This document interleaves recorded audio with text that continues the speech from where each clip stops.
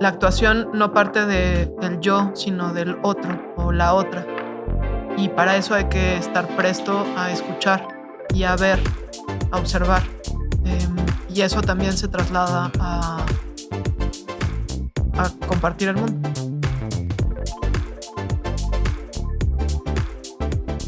Hola, yo soy Diego Barrazas y bienvenidos a un nuevo episodio de Dementes. En esta ocasión me acompaña Natalia Beristain. Natalia Beristain es cineasta y documentalista. Ha dirigido varias películas, cortometrajes y documentales, y algunas de sus obras han sido premiadas, como por ejemplo No quiero dormir sola, que ganó un Yellow Robin en el Festival Internacional de Cine de Rotterdam, y Los Adioses, que ganó el premio del público al largometraje de ficción mexicano en el Festival Internacional de Cine de Morelia. Y una parte delicada de dirigir tiene que ver con poder recibir como distintos puntos de vista, críticas, pero sobre todo no dejar que nadie como en una posición de poder arriba que la tuya te diga que no o cuestione lo que quieras hacer. Yo estoy absolutamente clara de que prefiero 1000 veces equivocarme yo a tomar lo que alguien más ve sobre lo que yo quiero contar. Poco antes de esto, en el 2009, Natalia fundó la casa productora Chamaca Films. En este episodio, además de responder mis dudas sobre lo que implicó hacer Ruido, su película recientemente estrenada en Netflix, hablamos también sobre los aprendizajes y retos que ha tenido en su carrera y cómo ha ido cambiando su forma de entender su trabajo. Que solo hace falta de pronto sacudir un poco para que el velo de la normalización a la violencia con la que nos hemos acostumbrado a convivir se mueva, se haga a un lado, aunque sea brevemente, ¿sabes? Pero ahí hay oportunidades de que se siembren semillas. No es porque la haya hecho yo, pero es de las veces que he visto a Natalia más relajada en una entrevista. Así que sin más ni más, espero que disfruten esta entrevista tanto como lo hice yo. Quiero arrancar con una parte que se me hizo muy curiosa. No es algo, a lo mejor no tiene mucho caso, pero escuché decir una vez que cuando estabas de directora de casting, te gustaba elegir personas que no quedaran tanto con el papel. Y entonces a mí me hizo cortocircuito eso de cómo, pues si supone que estás buscando a alguien que quede con el papel, ¿qué significa eso de que no quede con el papel? Entonces, si me puedes explicar a qué te refieres con esto y si lo sigues haciendo. Pues sí, no. Es decir, yo trabajé como 10, 12 años haciendo dirección de casting, que fue una escuela gigante para con mis pelis.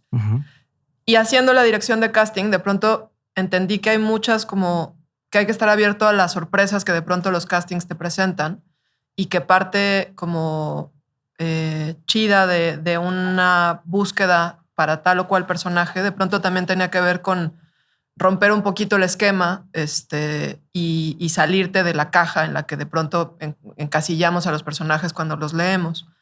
Creo que un aprendizaje muy pronto llegó en la primera peli que casteé, que se llama El Violín, que es un peliculón. Y en esa peli había un personaje había un guerrillero campesino, muy inspirado un poco en la figura de lo que era el subcomandante Marcos. Y yo justo me acuerdo que platicaba con Francisco Vargas, con el director de la peli, y yo quería castear a Silverio Palacios, que se terminó quedando en la película, en ese personaje. Y Silverio, si lo ubican, Silverio es un actor que sobre todo la gente ubica en la comedia, es físicamente bajo de estatura, como robusto, no muy el subcomandante Marcos, digamos, pero hay algo como que a lo mejor físicamente no era esa imagen, pero tenía una calidez y una presencia que como que terminaban de redondear al personaje por otro lado. Okay. Entonces a eso me refería con que de pronto también está bien como pensar fuera de la caja y no quedarte necesariamente con la imagen. Luego, por supuesto, hay muchas reticencias o también hay muchos personajes que están descritos de tal manera porque tienen eso que ver con la trama.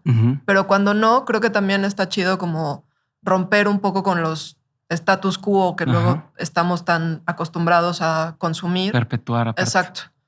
Y por ahí venía. Pero, por ejemplo, en ese caso, ¿cómo sabes?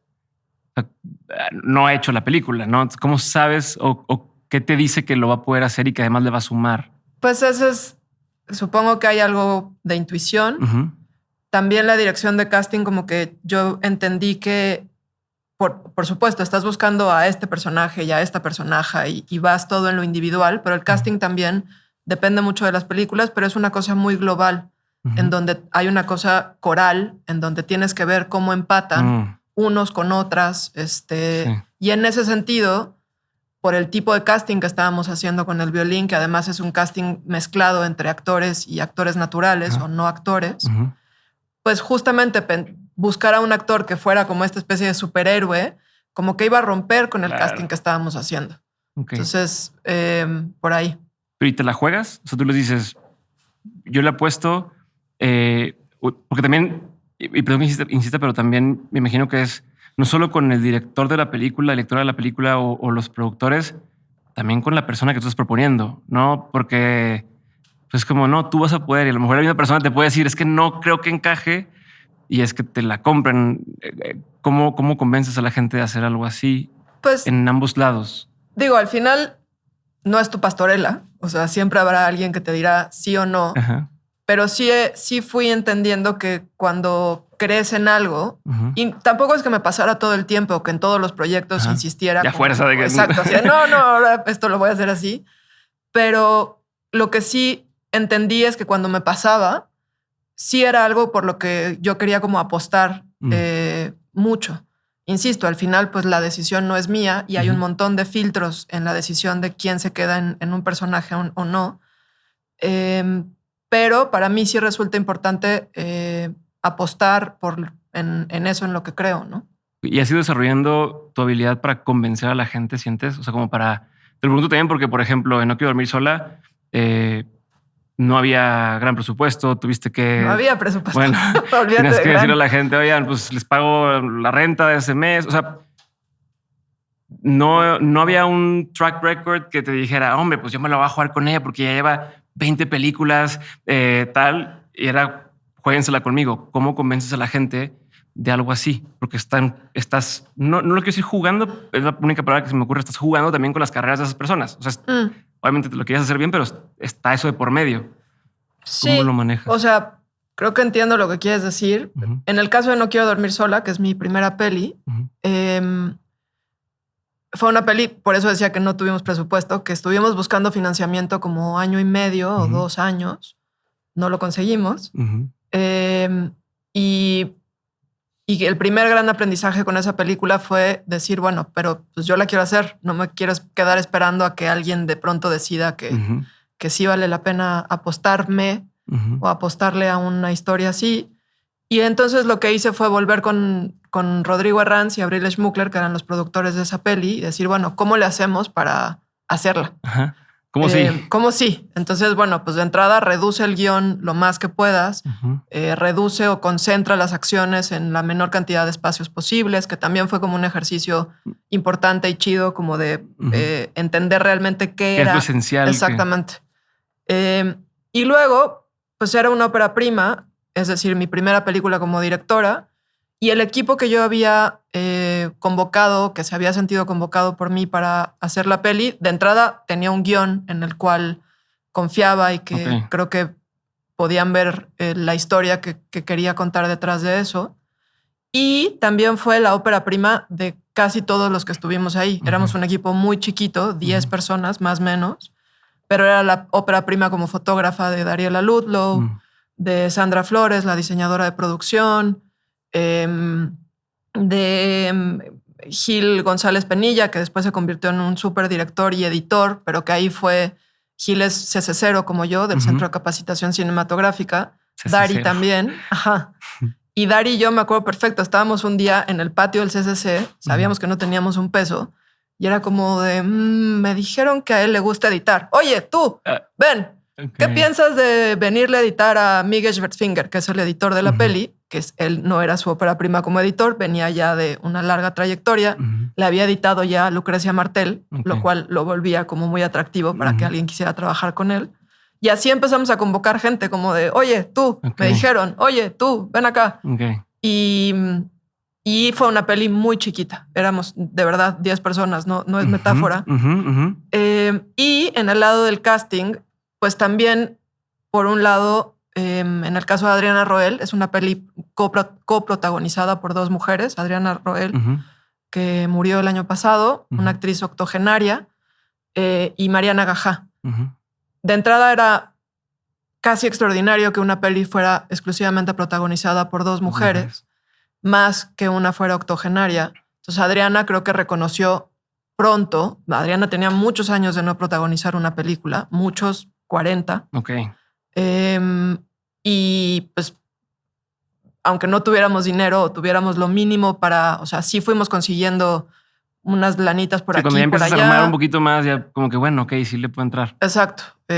Yo puse mis ahorros, que no es que fuera millonaria ni de cerca, pero fue como, ok, pues va lo que había ganado como directora casting, todo ahí metido.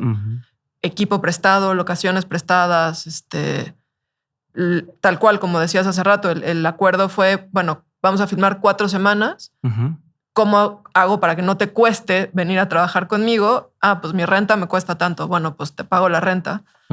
Y luego tuvimos la enorme fortuna de que la peli le dieran el apoyo de postproducción, un apoyo ahora ya extinto, pero que en ese momento existía, y tuvo el apoyo de postproducción de parte del IMCINE. Y con eso pudimos terminar la postproducción de la película. O sea, ni siquiera tenían o sea, una cosa es, vamos a filmarla y era a ver cómo le hacemos una vez que vemos. ya...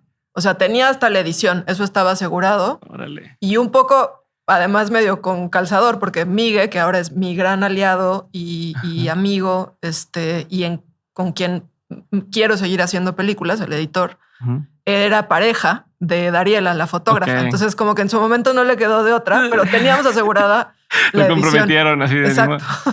La gente involucrada, tanto actrices como la producción, sabía esta parte de podemos filmar, pero no aseguramos lo que sigue. Sí.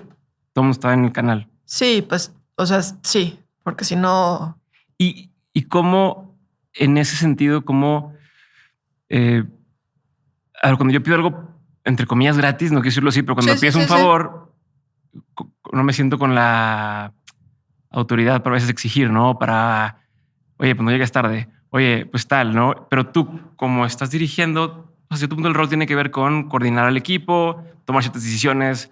¿Te sentías con ese poder o te sentías como comprometida en el sentido de, oye, pues me están haciendo el paro, no puedo ser como imponer tanto? No, me sentía comprometida en el sentido de asegurarme que la gente desayunara, comiera y cenara, que la comida estuviera bien, que las condiciones de rodaje fueran las óptimas para el equipo, que no pasáramos de tantas horas de rodaje. En ese sentido era mi compromiso y eso además también fue un aprendizaje importantísimo para el resto de los años. Pero no, como directora, pues hay que separar. ¿No sientes que te afectaba ese tema de no ponerte la gorra de directora, de decir, oye, con qué cara le exijo más o con qué? No, porque al final, pues una cosa es como las condiciones pero quiero decir, por eso también ir con la verdad por delante, ¿sabes? Y que todo el mundo supiera cuál era el contexto de la peli y por qué solo podíamos ofrecer esa lana. Después, cuando cayó el dinero post, pudimos como regresarle un poco a la banda que trabajó. Cuando hicimos unos retakes y así, pues los pagamos como jamás se hubieran pagado unos retakes en la vida. Pero al final yo sabía que la gente confiaba en la película que queríamos hacer, que quería hacer la peli también. Y pues no, en ese sentido, pues uno se para, ¿no? ¿Cómo decías qué partes cortar ahorita que hablabas del tema de guión? Porque seguro te ha vuelto a pasar en siguientes producciones, ¿no? Donde a lo mejor es, oye, hay que ajustar o esa locación no se va a poder, ¿no? ¿Cómo tomas esas decisiones? ¿Qué criterio usas? Es durísimo. Creo que a lo mejor con los años uno va soltando con un poquito más de facilidad. Ok. A lo mejor me voy a arrepentir de este comentario después. O sea, yo te lo estoy preguntando porque según me contó por ahí un pajarito, eres demasiado, o sea, te involucras demasiado en el guión, en la historia, como casi que la vives ahí. Entonces, pues me imagino que sientes que es parte tuyo y entonces ¿cómo dejas ir? Pues es que, digo, en el caso de las 3 pelis que he hecho hasta ahora, son, o sea, como que son, no. Se lo quiere decir mías, pero... No, son mías, absolutamente. Mías y de los equipos que las hemos formado, porque sí creo que el cine es un trabajo en equipo y colaborativo y que por supuesto que eso no me hace menos autora de mis películas. Pero no, iba a decir son mis hijas, pero nada que ver con mi hija, que esa sí es mi hija, que la parí físicamente, pero las películas tienen algo de eso. Los procesos son largos, te llevan, o a mí me han llevado por lo menos 4 o 5 años cada uno. Okay. Entonces, decidir qué cortar ha sido en cada peli distinto. Con No quiero dormir sola, filmamos 4 semanas. Casi la primera semana entera la tiramos a la basura. Uf. Ajá. Fue durísimo y sin presupuesto. Chinga. O sea, sí fue muy duro. Pero por eso hablo mucho de Migue, del editor, con quien ahora como que ya tenemos una comunicación tácita y entiende cómo filmo. Y en ese sentido también él, por ejemplo, ahora en Ruido, él empieza a editar al segundo día que empezamos a rodar. Es decir, él empieza a recibir material y empieza a ver y constantemente me está diciendo, oye, aguas por aquí, siento que esto sí funciona, esto no. Y con No quiero dormir sola, filmamos 4 semanas, pero por unas fechas de Mariana Gajá que tenía un estreno, filmamos 2 semanas, paramos 2 y luego retomamos las últimas 2. Y eso fue lo mejor que me pudo haber pasado, porque en esas 2 semanas de parón pude ver el material que Migue ya había editado. Y entonces fue muy fácil entender qué estaba funcionando, qué no, dónde poner más atención, dónde ser más laxa. Era como una especie de pilotito de tu misma película. Un poco sí. Okay. Pero, pues igual, llegamos a la edición final, tiramos una semana a la basura, que fue durísimo, pero fue en pro de la peli, pues. Sí creo que ayudó a que la peli que yo quería hacer se contara mejor. Luego con Los Adioses, que es esta peli alrededor de la vida de Rosario Castellanos, me acuerdo que llegué el primer día a ver el primer armado de guión, porque esa sí la filmamos de corrido. Migue me presentó el primer armado, estaba con Rafa, el productor, y me acuerdo que yo la vi, Rafa estaba feliz, como de, perfecto, ya está, ahí está, no sé qué, y yo la vi, dejé que Rafa se fuera, y volteé con Migue y le dije, ¿qué es esto? ¿Quién filmó? ¿Qué es esto? Esto es un Hallmark movie. Yo no quería hacer un Hallmark movie. Porque ahí me perdí. ¿Qué significa entonces el armado de guión? Porque ya es... Armado de guión es, tú tienes el guión escrito de la secuencia 1 a la final. Y el editora, agarra todas las secuencias que se filmaron y las pone en el orden que está en el guión. Ya. Sin agregarle... Sin mover nada del lugar. Así se va. Exactamente. Como que el rompecabezas en el del ABC, así. Luego, lo que nos sucedió con Los Adioses es que yo sentí que había hecho, o sea, que la peli que estaba filmada no era la peli que yo quería hacer. Y tuve la gran fortuna que aunque Rafa Ley, el productor, estaba muy contento con eso que ya le estábamos presentando, cuando yo volví y le dije, la neta no es esa la peli que yo quería hacer, esto es como un nace, crece, se reproduce y muere y no está hablando de lo que yo quería hablar. Pues tuve la gran fortuna de que el güey me siguiera y me dijera, bueno, pues búscala. Y entonces regresamos a la sala. Bueno, no regresamos. Nos tardamos mucho más en la sala de edición de lo que originalmente estaba presupuestado. No filmamos ni reshuteamos nada nuevo, porque luego también eso es común en las pelis, que una vez que tienes la edición de pronto dices, híjole, como que aquí una escena nos ayudaría así. En Los Adioses no fue el caso, pero sí la rompimos toda. Rompimos todo el rompecabezas y armamos otra figura entera. Y se cuenta completamente distinto. Y se cuenta completamente distinto de lo que era el guión, por lo menos. O sea, pero y en papel sí había sido así. De cómo estaba editada, sí. O sea, era... ¿Qué te brincaba tanto? Si originalmente tú lo escribiste en ese orden, por así decirlo, de esa forma, porque a la hora de verla te hace tanto ruido. No quiero decir ruido porque ruido no, pero te hace tanto como... Sí, sin sentido. Pues es que las pelis también son procesos vivos, o eso creo, ¿sabes? Y pues no necesariamente están escritas en piedra. Con Ruido, que es la peli reciente que acabo de estrenar, fue completamente opuesto. Teníamos un guión, llegamos a ver el primer corte, el corte contra guión, y fue como... Dices, este cómodo. Este ABC así de la A a la Z, y fue como de, ahí está la película, ya estuvo. Y realmente... Creo que movimos una secuencia del lugar y quitamos 2 a lo mucho. o una la quitamos, pero el audio nos lo llevamos a otra, algo así. Ajá. Pero con Los Adioses no fue así. Los Adioses fue encontrar la película en ese mundo de secuencias. ¿Cómo lo organizas? Sí, fue una locura. Pero ¿por qué eso? Habíamos escrito pues, como una biopic, en ese sentido bastante más tradicional. Y yo en el fondo pues no quería contar la historia de Rosario como nace, crece, se desarrolla y muere. Hizo con lo que hiciste una Hallmark. Quedó clarísimo a qué te refieres. Hallmark no me va a contratar nunca, pero... o sí, porque firmo bien, pero... Sí, sí, el caso es que la tuvimos que ir a buscar. Incluso sin sorpresa, como que ya sabes, así plana. Ajá. Y para mí Rosario era la excusa para hablar de otras cosas. Yo a Rosario la había leído mal en la prepa.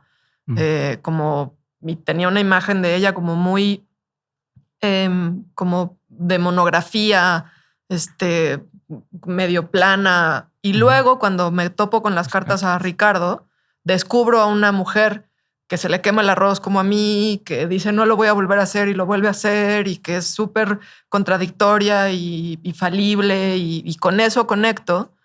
Pero eso me ayudaba a mí para hablar de esas otras cosas que yo quería plantear con Los Adioses de inicio, que era preguntas alrededor de la maternidad, de la maternidad a la par de una vida profesional, de la intimidad de la vida en pareja, de las contradicciones entre la vida privada y la vida pública. Entonces, claro, eso en el nace, crece, se desarrolla y muere no se entendía tanto. Ya.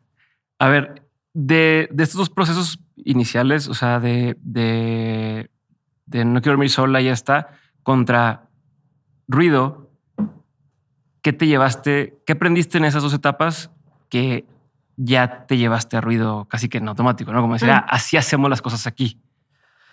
Pues, además de las dos pelis, sumaría, la neta, todo el trabajo que llevo haciendo en televisión estos últimos años. Como desde el 2017 que hice Luis Miguel, la serie, hasta Mosquito Coast, que fue la última serie que filmé antes de filmar Ruido. En la tele, la verdad es que como que ejercité mucho el músculo de la dirección, pues. También trabajé con otros equipos que no eran mi equipo. Sí, pero casi siempre trabajas con el mismo equipo. Intento trabajar con el mismo equipo porque... O sea, Rafa sigue siendo constante. Rafa Ley y Mr. Wu, que es la casa productora, junto con Majo Córdoba, han sido mis productores. Ellos entraron desde No quiero dormir sola a la postproducción y luego han hecho Los Adioses, Ruido y ahora un siguiente proyecto ahí cocinándose. Dariela Ludlow, la fotógrafa, Miguel Schwerfinger, el editor. Con Pablo Chemor hice la música de un ejercicio documental que se llama Nosotras y ahora Ruido también. A mí me resulta como... Pues es que siento que vas como armando lenguajes en común, ¿sabes? Yeah. Y eso no es fácil y no es... a mí me resulta mucho más enriquecedor.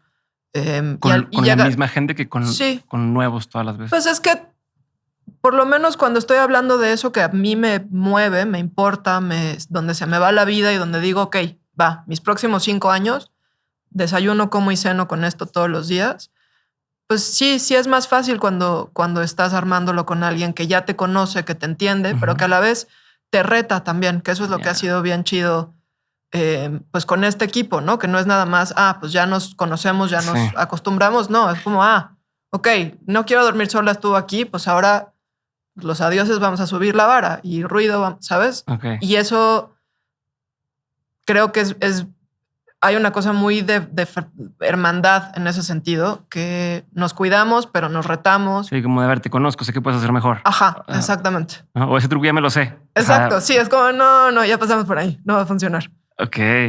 Y la tele me dio también la seguridad de trabajar con otros equipos, de decir, ok, puedo construir un lenguaje en común con esta gente con la que comparto puntos de vista del mundo. Pero también soy una directora que puede trabajar con cualquier equipo, de cualquier tamaño, de cualquier nacionalidad. Y eso me lo dio la televisión. Okay. Proyectos también muy grandes como este de Mosquito Coast, que era una serie que aunque se filmó en México, era presupuesto gringo de Apple, porque los presupuestos son distintos para Latinoamérica. Y era una serie gigante, o sea, yo iba de scouting y de pronto volteaba. Scouting son cuando vas a buscar locaciones, los espacios para filmar. De pronto volteaba y tenía un séquito de 50 personas atrás mío. Acompañándote. Ajá, solo de scouting, no de filmación. Era como, ok, está bien. Todos están aquí para que yo haga mi presentación. Entonces, ese músculo también ha sido importante para llegar a un proyecto como Ruido, que ha sido el proyecto más cabrón al que me he enfrentado a la fecha. ¿Por qué? Vamos a meternos en tema. ¿Por qué? ¿Por qué? Bueno, porque de entrada la temática que ahí abordamos no es fácil. Sé que tenías la idea hace ya muchos años. Sí, llevo pensando en Ruido por lo menos una década. No que esa década haya estado desayunando, comiendo y cenando con Ruido todos los días, pero sí era un tema que Ruido gira alrededor de las desapariciones en México, pues en el México actual, digamos, o por lo menos de este siglo. Y en esos 10 años tuve la intuición de que quería hacer algo alrededor de ese tema, pero lo solté, fui a hacer los adioses, me convertí en mamá, la vida siguió, pero seguía de pronto investigando, entrevistando, agarrando notas de por aquí, por allá, leyendo, viendo documentales. ¿Nosotras lo trabajaste ya pensando en Ruido? No, yo ya tenía una primera versión de guión cuando me convocaron a hacer Nosotras, pero sin duda el trabajo hecho en Nosotras atravesó muy cabrón lo que termina siendo Ruido ya hoy en la pantalla. Aprendí un montón. O sea, sirvió como para prepararte más para esta... ¿Le perdiste un poco el miedo a los temas a hacer Nosotras? Porque como dices, son temas delicados, que duelen, que es pesado estar viendo, estudiando, leyendo todos estos temas, aunque no lo estés viviendo en persona, leer cada historia. Y te ayudó Nosotras como preparación o calentamiento para Ruido. Sin duda. Creo que probablemente uno de los aprendizajes más chidos como directora de Nosotras a Ruido. Yo nunca había hecho un ejercicio documental, o sí en la escuela de cine, pero lo dejé a la mitad, fue un desastre. Y cuando me invitan a hacer Nosotras, cuando el día después esta plataforma que toca muchos temas sociales me invita a hacer Nosotras, originalmente la invitación era para hacer un corto documental alrededor de los feminicidios. Cuando hago la investigación para poder como entender desde dónde quería entrarle al tema y empiezo a entrevistarme y a conocer gente, entiendo que para mí se trataba más como de hablar de las violencias, de las muchas violencias, de las múltiples violencias, desde los micromachismos hasta algo que podría terminar en un feminicidio, como eslabones que pueden llegar a ese horror, ¿no? Y además de eso, de entender que no son, que los feminicidios, las desapariciones, el crimen organizado, el Estado fallido, la sociedad civil, que no son células que no se tocan. Aisladas, no están aisladas. Como que todas conviven en el mismo organismo llamado México. Conocer a colectivas, a organizaciones que trabajan con colectivas y con familias, a madres que buscan la justicia y memoria de sus hijas. Ese como acercamiento directo para mí fue importantísimo porque yo vengo de una familia de actores. Toda mi familia son actores, mi madre, mi padre, mis hermanos. Ahora, del lado de mi padre, mi abuelo y mi abuela, mi tatarabuelo. O sea, hay una dinastía. O locura, como lo quieras llamar, pero todos son actores. Y yo como directora siempre me he sentido más cómoda trabajando con actores y con actrices. Me conmueve mucho la actuación y me importa mucho cobijarla y acompañarla y crear desde ahí. Pero esta como relación que pude entablar a través del ejercicio documental me abrió como otra faceta de comunicación como directora, creo. Y creo que eso sin duda tuvo que ver con entender que con Ruido, aunque estaban escritos los capítulos de las colectivas de búsqueda y del grupo de de acompañamiento en el bordado. Entendí durante el proceso de preparación que no, para mí no tenía ningún sentido castear actrices para esos personajes cuando yo ya estaba en comunicación con aquellas personas que eran el motor que a mí me impulsaba a hacer una peli como esta, ¿no? Entonces creo que en ese sentido nosotras, sin duda que es una siembra semillas importantísimas para Ruido. Tengo 2 dudas de esto que me estás diciendo, pero antes, ¿cómo es trabajar con estas personas? Diferente de trabajar con actrices y actores que se dedican a eso, que a lo mejor no han vivido cualquier situación.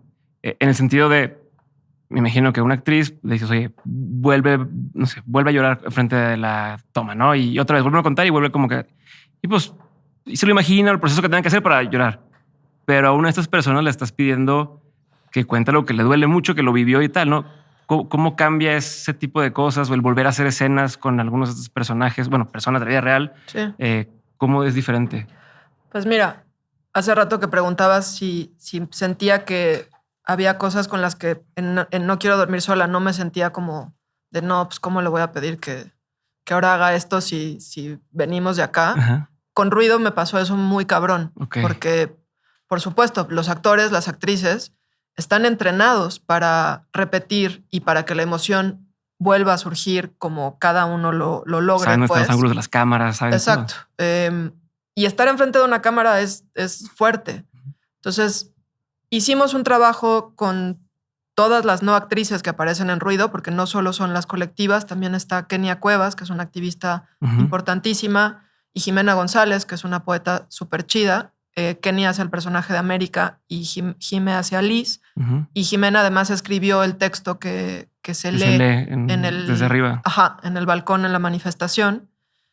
Y con ellas dos, más los grupos de colectivas, hicimos un trabajo pues como un taller de actuación. Okay. O más que de actuación, sobre todo para que se sintieran lo más cómodas posibles en un set, frente a una cámara, que entendieran que a veces íbamos a estar haciendo las cosas medio en desorden, porque también eso no es fácil de entender. Sí, no es normal.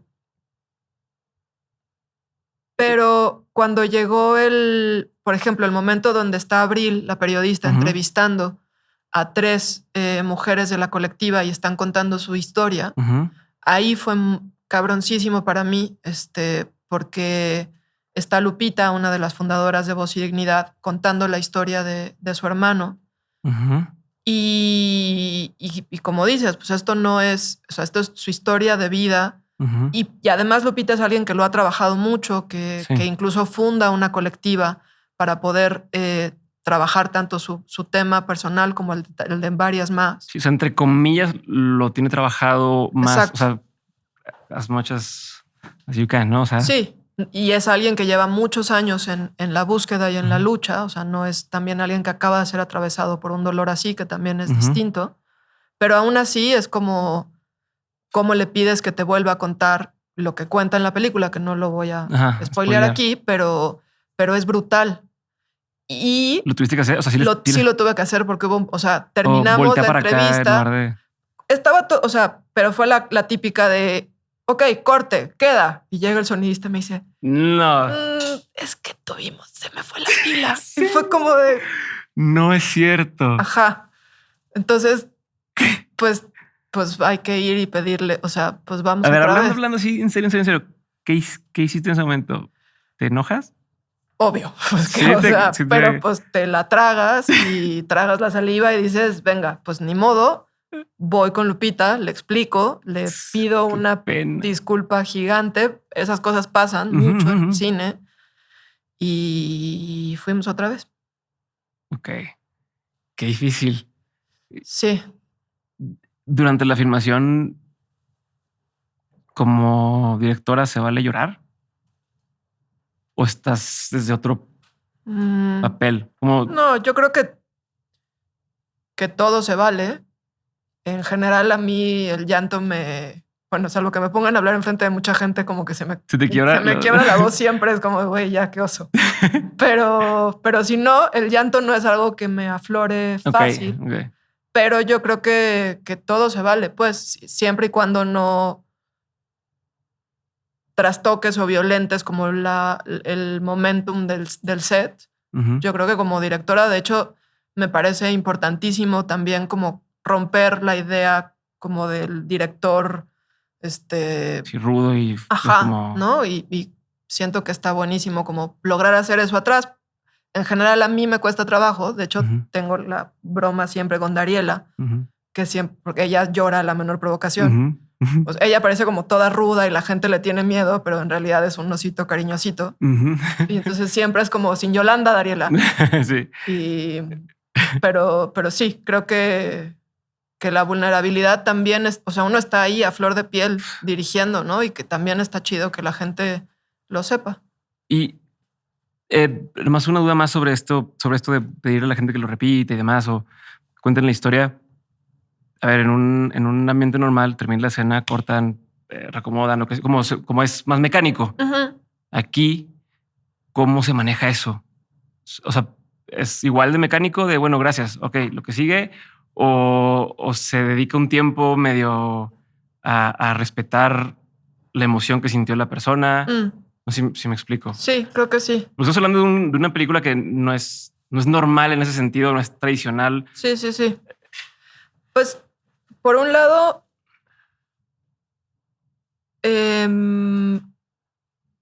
preparamos esos momentos con las buscadoras. Okay. Fueron solo el momento del grupo de bordado, las secuencias con la búsqueda en campo y la manifestación. Fueron los únicos momentos donde tuvimos siempre 2 cámaras. Eso implica una logística distinta a la hora de filmar. Sí. En el cine generalmente siempre filmas a una cámara, lo cual es más tardado, pero también es un trabajo mucho más cuidado. Pero de ir a 2 cámaras nos permitía tener siempre para como... switchar ajá. Una protección. Y que si alguien no cachó el momento de acá, pues a lo mejor lo tiene la otra cámara. Es mucho más libre en ese sentido. Y eso nos permitía jugar más con la improvisación. Okay. Entonces, por un lado estaban escritas y descritas las secuencias. Y además ensayaron, ¿no? Tengo entendido que tú te gusta ensayar antes. Ensayamos no estas secuencias. Yo ensayo un montón siempre con los actores y las actrices, porque pues ese es parte también de la construcción del personaje y de ir como interiorizando cosas. Yo no creo que ensayar mate el momento o la brillantez. Al contrario, si estamos hablando de actrices y de actores que están entrenados para ello. Con los no actores sí es otra de la dinámica, porque ahí sí es vivirlo por primera vez en ese momento, ¿no? Y sí pasan cosas distintas cuando estás repitiendo. Sí. Entonces, por un lado fue de entrada pensar la filmación desde otro lado a como habíamos hecho casi el resto de la peli. Y luego, sin duda, lo que sí hacíamos, porque por otro lado, pues hay un plan de trabajo que cumplir y hay que sacar las secuencias que hay que sacar y etcétera, etcétera. Sí era como, ok, bueno, ya estamos con esto, ahora ustedes, ¿no? Va cámara para allá, no sé qué. Y yo sí intentaba como hacerme a un lado o irme con las buscadoras, sobre todo. ¿Contención o como...? Pues como para hablar y agradecer y apapachar y ver cómo se sentían, ¿no? Pero la verdad es que también son un bastión de fortaleza bien cabrón. Sí. ¿Qué descubriste o entendiste de Ruido después de que salió publicada? Porque te escuché unas decir sobre la crítica, ¿no? De que a veces el leer la crítica o escuchar la crítica después de un proyecto te ayuda o te hace a veces darte cuenta de cosas que no habías visto, no has puesto atención. ¿Te ha pasado ahora con Ruido que hayas aprendido cosas o que hayas notado cosas que no sabías hasta después de que salió? Creo que el primero es darme cuenta de cómo sí la relación madre-hija, porque Julieta Egurrola, la protagonista, Julia, es mi mamá. Y yo, la neta es que nunca, o sea, Julieta es actriz hace 45 años, es una bestia de actriz. No, lo hace cañón aparte. Y creo que en mi ser consciente nunca pensé como, claro, pues es que es mi mamá y entonces ¿cómo le vamos a hacer? que no, pues Julieta es actriz, yo soy directora, vamos a abordarlo desde ahí. Y fui un poco ingenua, la verdad, pensando que la profesionalidad estaría por encima de todo. ¿En qué sentido? Pues porque por supuesto que no fue fácil. De pronto, ahora le llamo Julieta, por ejemplo. Toda la vida le he llamado Ma. Okay. Y en algún momento, los primeros días fueron muy difíciles. Y ella también para eso sirve generar estas relaciones en la vida profesional. Se acercó con Dariela y le dijo, es que para mí es muy difícil que me diga Ma en el set. O sea, ni siquiera me lo dijo a mí. Y Dariela fue y me lo dijo y fue como, perfecto, pues entonces eres Julieta a partir de ahora. Y cambiaron cosas, pues, pero evidentemente lo íntimo sí atravesó el rodaje. No fue sencillo la gran mayoría de las veces. Pero también fue, eso que a las dos nos mueve, eso que mi madre me enseñó a mí desde niña, que si alguna especie de conciencia social tengo es porque la aprendí de mi madre y de mi padre. Eso fue permeando la película y realmente no fui consciente de ello hasta que la vi terminada. ¿Cuánto tiempo tardó el rodaje? Rodaje 6 semanas. Ok. ¿Y la postproducción? La postproducción entera, porque la postproducción es edición, pero también hay que hacer diseño sonoro y la música. Y si hay efectos visuales, y luego juntarlo todo, créditos. La postproducción nos llevó, yo empecé a editar septiembre. La verdad es que fue muy rápido. Terminé de editar en septiembre y en enero ya teníamos la película terminada. ¿Y te refieres a cuando la viste ya ahí terminada, fue cuando te cayeron estos 20s? ¿O hasta ahora que está pública te cayeron estos 20s de...? Yo creo que fue medio de a poco, medio de a cuentagotas. Sin duda empezó en el proceso de edición, pero fue también hasta que fuimos a San Sebastián, que fue el festival donde la peli se estrenó como a nivel internacional. Y en la función, que fue muy conmovedora, estábamos en una sala casi llena, donde terminó la peli y durante los créditos un chavo se paró con la mano en alto y empezó a gritar justicia, justicia, justicia. Y eso hizo que casi todo el teatro se levantara y aplaudieran durante todos los créditos y más, al grado de que fue como incómodo de... ¿Qué hago? Como cuando cambian las mañanitas. Y que no sabes, sí, o el mariachi, ¿no? Son 7 canciones y ya no sé qué hacer después del ya no sabes a dónde voltear. Y mi mamá, que estaba al lado mío, estaba tan conmovida. Si yo no lloro es porque mi mamá, pero solo en el escenario llora. Y verla así y como entender cómo eso a mí me rebotaba, ahí fue como... Cayó como balde de agua calientita. ¿Y no lloraste como quiera? Un poquito, al final. Sí. Un poquito, sí. ¿Y sientes presión en general? O sea, a partir de ahora, de que el foco está en ti y no te sientes presionada de... No sé si queriendo o sin quererlo, medio te conviertes en esta voz de una causa y de ciertos movimientos, o los medios te ponen esa bandera o ese... No, como, pues ahora tú, ¿qué opinas de tal? ¿Y qué opinas de tal? ¿Te sientes presionada? Pues sí y no. Quiero decir, hay un lado en el que yo no puedo como... No está en mi poder el lugar en el que la gente te pone.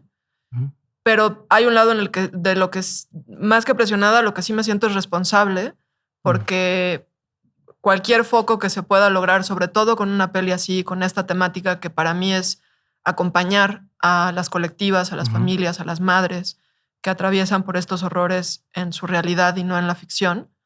Para mí se trata siempre como de redireccionar, ¿no? Yo soy cineasta, no soy defensora de derechos humanos, no soy periodista. Yo lo que hago es cine, me encanta hacer cine, me siento una animal de set. Y la siguiente peli que tengo, pues algo de contexto social tiene, pero no necesariamente es esta cosa como gigante que es ruido. Y luego quiero hacer otra cosa que no tenga nada que ver, porque lo que me van moviendo son como inquietudes que en ese momento me atraviesan, preguntas que me interesa poner allá afuera. Entonces, con ruido es, pues sí, que me encanta que se pueda, me da mucho orgullo que se pueda vincular mi nombre con una película que está haciendo ese oleaje sonoro que nos interesaba que hiciera, pero no es para mí.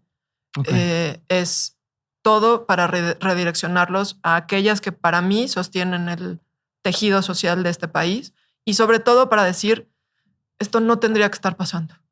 Ok. ¿Te sientes identificada con Teresa, con el personaje de Teresa y la hija?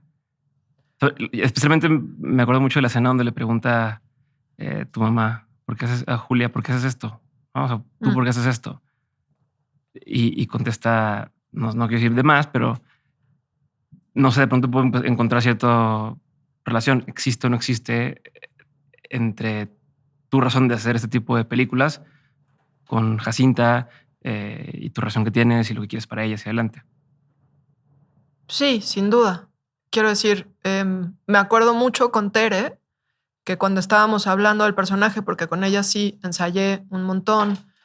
Cuando digo ensayar, lo que hago es como mucho trabajo de mesa. O sea, no es que vayamos al lugar y nos movamos con una cama. O sea, es sentarnos y analizar el guión y dividirlo en actos y entender por qué está diciendo esto y a ti te suena que tú estás diciendo esto o no. En fin, como desmenuzarlo para que las coordenadas estén muy bien trazadas y entonces a la hora de llegar a filmar yo me pueda concentrar en que si se va la luz y que el camión con los extras no llegó y esas cosas que pasan en las producciones, que se fue la pila cuando no se tenía que ir la pila. Y que entonces yo ya tengo como trazadas las coordenadas con las actrices, con los actores, y es más una cosa como de tunear, como de, sí, no, súbele, bájale, pero porque ya hay un trabajo previo, ¿no? Y con Tere me acuerdo que cuando estábamos ensayando, yo le dije, para mí Abril, es mucho del por qué yo me quiero hacer una película así. Tampoco lo sé de fondo, la neta, me lo han preguntado como, ¿y por qué? ¿Qué te mueve? Me encantaría entenderlo. Siento que porque soy mexicana y soy un ser humano que no puede creer que nos hayamos acostumbrado a normalizar este horror en el que habitamos en este país hace tanto, pero no tengo una respuesta clara. Me importa porque me importa y ya, ¿no? Pero también mi maternidad, sin duda, el querer encontrar una salida, querer encontrar respuestas a las preguntas que me hago, tiene mucho que ver con aspirar a volver a habitar en un país en donde las infancias y cualquiera de nosotros y nosotras pueda caminar libre y dignamente por la calle, ¿sabes? Sí. Te voy a cambiar por completo. Voy a regresar a las preguntas que te decía que tenía unas preguntas antes de todo esto. Aquí vamos a la ligereza porque sí, pero, se pone denso. Sí, se pone denso, pero a la parte donde estábamos hablando de las actrices y las actrices naturales, es como el término que se usa. ¿No te pasa que en tus películas, es pregunta, todo lo que haces para otros, no como esto de, bueno, pues elijo personajes que a lo mejor no irían aquí, o en las series que estás haciendo, tomas ciertas decisiones que a la hora de hacerlo con tu proyecto te cuesten más o dudes más o no las apliques igual? Pensando en cuando alguien, no sé, a lo mejor tú tienes una relación de una forma, pero cuando alguien te pide un consejo, sí lo puedes dar, pero cuando es para ti, es como, cabrón, me toro. ¿Pasa eso o no pasa eso? Pues sí pasa, pues todos, o sea, no las relaciones, pero en tu trabajo. Sí, pero quiero decir, o sea, por supuesto que pasa porque somos humanos y somos una caja de complejidades. Pero, por ejemplo, con el personaje de Abril, que terminó haciendo Tere de manera magistral desde mi punto de vista, yo tenía otra Abril construida totalmente en guión. De entrada era por lo menos 10, 15 años más grande. Físicamente era otro personaje. Y fue a insistencia de Rafa, del productor, porque realmente casteamos pocos personajes. Es decir, yo ya sabía con quién quería trabajar. Tuve la fortuna de que muchos me dijeran que sí, otros no me pudieran decir que no, los desheredo. Pero realmente casteamos para Abril y casteamos para el joven con el que tiene un careo, Julia. Ajá. Y para América. O sea, ¿el joven, el fiscal o quién te refieres? Con al chavo con el que, el que tiene... Es que no hay que spoiler. Que véanla. Sí. Pero fueron esos 3 personajes los que casteamos. Y justo eso, pues Tere no estaba para nada dentro del espectro que yo tenía en la cabeza. Uh-huh. Y Rafa me insistió. Yo dije, bueno, pues si estamos casteando a tanta gente, pues que venga Tere y la veo. La verdad es que yo... como prejuiciosa, porque lo único que había visto de Tere era Narcos. Uh-huh. Y no es que estuviera mal lo que hacía en Narcos, ¿no? Pero como que esa imagen no empataba para nada con el personaje de Abril en mi cabeza. Y Tere se transforma. Ajá, se lo tomó súper en serio. Y además fue y hizo un cast. O sea, un poco el proceso fue el director de casting hace una preselección uh-huh. de quién sí me presenta y quién no. Okay. Yo veo esos videos y de ahí llamamos a callback, primero conmigo y luego para ver la química con Julieta. Okay. Ese fue como el proceso en este caso. Y desde que vi el video de Tere fue como de, cabrón. Okay. ¿Es la misma que yo he visto acá? A ver. Y vino y hizo el casting conmigo y me sorprendió todavía más, pero yo seguía con esa idea en la cabeza. Entonces... para cuando hicimos la primera sesión de callbacks con Julieta, uh-huh. no la convocamos. Ok. Me parece que le dices Julieta. O sea que ya es Julieta. Es Julieta. En lo público es Julieta, en lo privado sigue siendo Ma. Uh-huh. No la convocamos. El director de casting le llamó y le dijo, oye, pues muchas gracias, vamos a seguir adelante con el proceso, pero hasta uh-huh. aquí llegamos contigo. Y Tere me mandó un mensaje. Y me dijo, oye, pues ya sé que Tere, que estaba filmando en Estados Unidos sí. con Mark Wahlberg y no sé quién, me manda un mensaje y me dijo, pues ya me dijeron que no, muchas gracias, pero pues quiero que sepas que me interesaría muchísimo, dame otra oportunidad, quiero regresar, quiero que me veas con Julieta. Y a mí, que en general no me gusta que me digan cómo hacer las cosas o qué tengo que hacer, recibir ese mensaje más que... como desdeñarlo, fue como de, órale, pues aquí hay una morra que... Le interesa. Que le interesa, que le importa, que me está hablando, me contó muchas cosas de su vida privada y por qué conectaba con el personaje. Entonces, la neta es que se me quedó como dando vueltas. Y luego también como por decisiones de producción y cosas que tenían que ver con agendas y demás, yo al terminar dije, bueno, pues que venga Tere y vamos a verla con Julieta. Y llegó y fue como también volvió a ser muy sorprendente. Y ahí ya yo misma empecé a dudar de mí, cosa que siempre está bien, ajá. Aunque sea más fácil decírselo a los otros. Claro. Y sí, creo que ahí hubo un gran aprendizaje en lo personal, pues, porque como dices, luego es más fácil decirlas, ¿no? O sea, ¿tu aprendizaje cuál fue? Pues fue eso, como rompe tus propios esquemas, porque también los procesos de casting que yo ya sabía, porque como directora de casting lo había vivido, pues te traen sorpresas. Y de pronto apostarle a algo que no necesariamente es lo que te habías imaginado, también está bien. Okay. Y aporta otras cosas. Reescribí un poco el personaje de Abril uh-huh. para empatarlo también como con esa tonalidad emocional que me daba Tere. Uh-huh. Y creo que termina siendo un personaje del cual me siento como mucho más cercana también. Sí, uh-huh. Está bien chingón. A mí me gusta. Qué chido. Yo quién soy para decir que sí me gusta, pero bueno. Te iba a preguntar sobre, nada más, me quedé con una duda ahorita que hablaste de Julieta. ¿Se pusieron algún tipo de reglas para empezar a trabajar? Como acuerdos previos de decir, a ver, hasta aquí sí, hasta aquí no... O como cuando alguien me hace un negocio con un amigo, oye, pero no se vale enojarse. O sea, había algo así. Sin Yolanda. Ajá. Digo, que lo hayan cumplido es otra cosa, pero... Exacto. No de entrada, pero sí una vez que arrancó el proceso de filmación, sí un día le llamé y fue como de, a ver, vamos a bajar las cartas sobre la mesa, yo te voy a hablar y te voy a decir todo lo que estoy pensando y cómo siento que tendríamos que ir modificando, y luego yo me voy a callar la boca y tú puedes hacer lo mismo. Y ese ejercicio fue importante porque sí permitió que cambiara la dinámica después en set, que no estaba siendo fácil.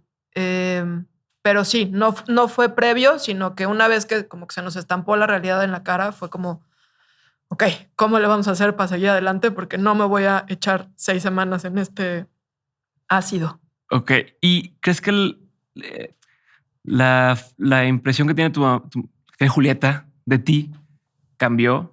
O sea, no digo que no te respetara antes, me imagino que te respetaba y te apoyaba y demás, pero ¿te ve distinto? Sé que ya habían hecho antes con tu papá y con Julieta, habías hecho... Mi tesis. Pero pues es distinto, ¿no? Bueno, cambió, o tú percibes que cambió su forma de verte. Pues yo creo que es una respuesta que te tiene que dar Julieta. No, pero tú puedes ir, a ver, y te lo digo porque tú eres mamá. Sí. Y yo entiendes cosas distintas de lo que te dice, ¿no? Hasta que seas papá, no lo yo vas ya soy a entender. Papá y entiendo cosas.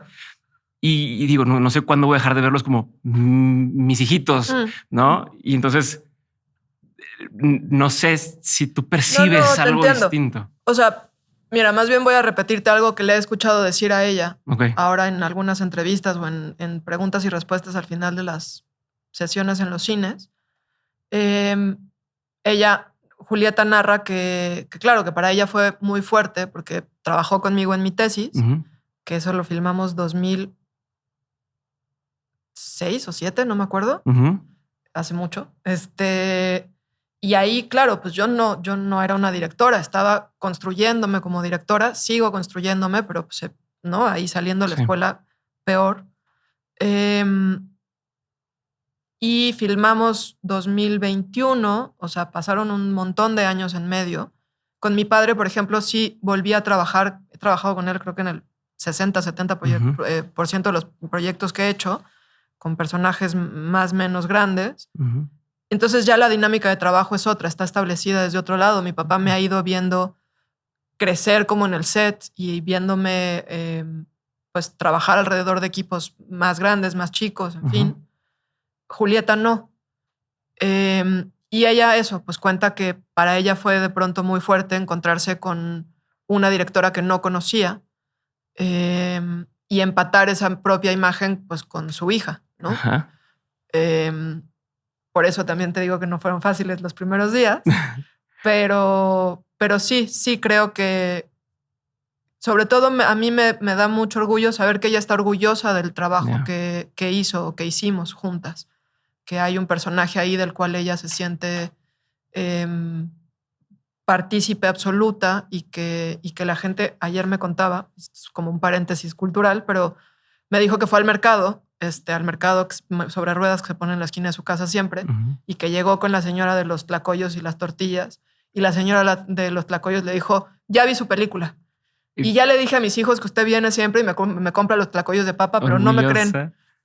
¿Me puedo tomar una foto con usted para que vea que sí es usted? Y fue como, llegó y me dijo, es que la señora con la que convivo todos los martes, me vio la película, ¿sabes? Había algo como de, güey, lo estamos haciendo bien. Y eso ha sido bien, bien bonito. Ok, qué chingón. Vamos a cambiar por completo de tema. Cuando tú estás en una empresa donde tienes un equipo que todos los días está haciendo ciertas tareas, pero es constante, ¿no? Todo el año estamos trabajando en el mismo, buscar el mismo objetivo, y entonces vas perfeccionando, puliendo y demás, pero pues es como iterar sobre lo mismo. En tu caso, o en el caso de la gente que dirige cine o que produce cine, pues es un equipo que se une y luego trabaja un tiempo y luego se deshace un poco y luego otra vez y luego, o aunque estén en contacto, pero cambia el proyecto y cambia por completo la forma de jugar.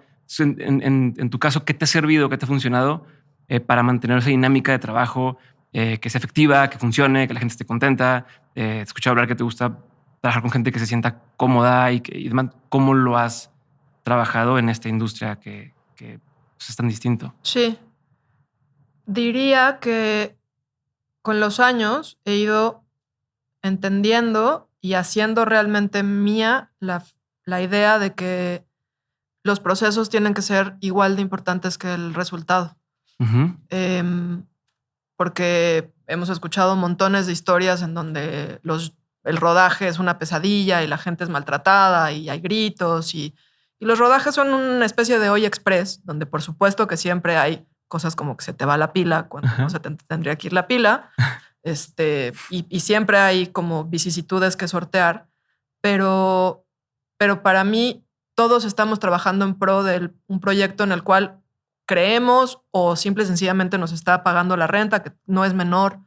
Pero como sea, estamos ahí en pro de algo más que nosotros mismos, ¿no? Y en ese sentido, yo como directora, en mis proyectos, pero también en aquellos a los que me invitan a trabajar, como en la televisión, pues me siento responsable de mi equipo, del resultado en pantalla, pero de mi equipo también.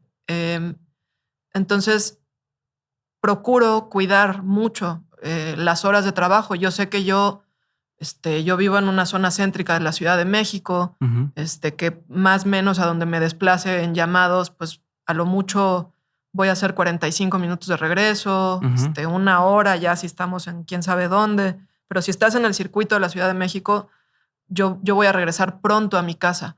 Hay un montón de gente en el set que de una vez que termina llamado, que además yo digo corte, se terminó el llamado y en ese momento agarro mis cosas y me voy. La gente del staff, de alimentación, de limpieza, etcétera, etcétera, etcétera. Sí, les cuelga 1 hora, 2 horas más. Vestuario, arte, les cuelga mucho tiempo para cerrar el set y de ahí todavía hacen 2 horas a su casa. Y para mí tener eso consciente es muy importante porque al final es trabajo y hay que cuidar a la gente lo más posible. Por supuesto que hay estas cosas en donde en el cine se gana de pronto mucho más de lo que en otros trabajos se puede ganar, como que hay, no sé si unas por otras, pero bueno, hay cosas distintas que se manejan en el cine y en la tele. Entonces, por un lado eso, decir el proceso es igual de importante que el resultado y para que el proceso funcione, para mí es importante cuidar al equipo. Y luego están como las relaciones más creativas, digamos, en donde, pues, al final, sí, yo termino de filmar Ruido y me voy a un siguiente proyecto, pero pues con Dariela tenemos una compañía productora juntas, somos amigas, nuestras hijas son amigas, hay una comunicación constante, con Miguel me pasa un poco lo mismo, con Rafa igual. Cada quien va y se hace otros proyectos y trabaja con otras personas y aprende de ahí también y trae eso a la mesa.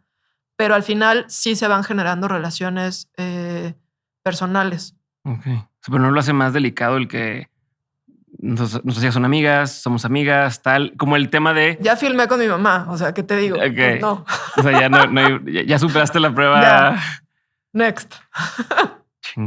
¿Qué momento de haber producido todas estas cosas te sientes más orgullosa? ¿O cuál ha sido uno de los momentos en los que más orgullosa te has sentido?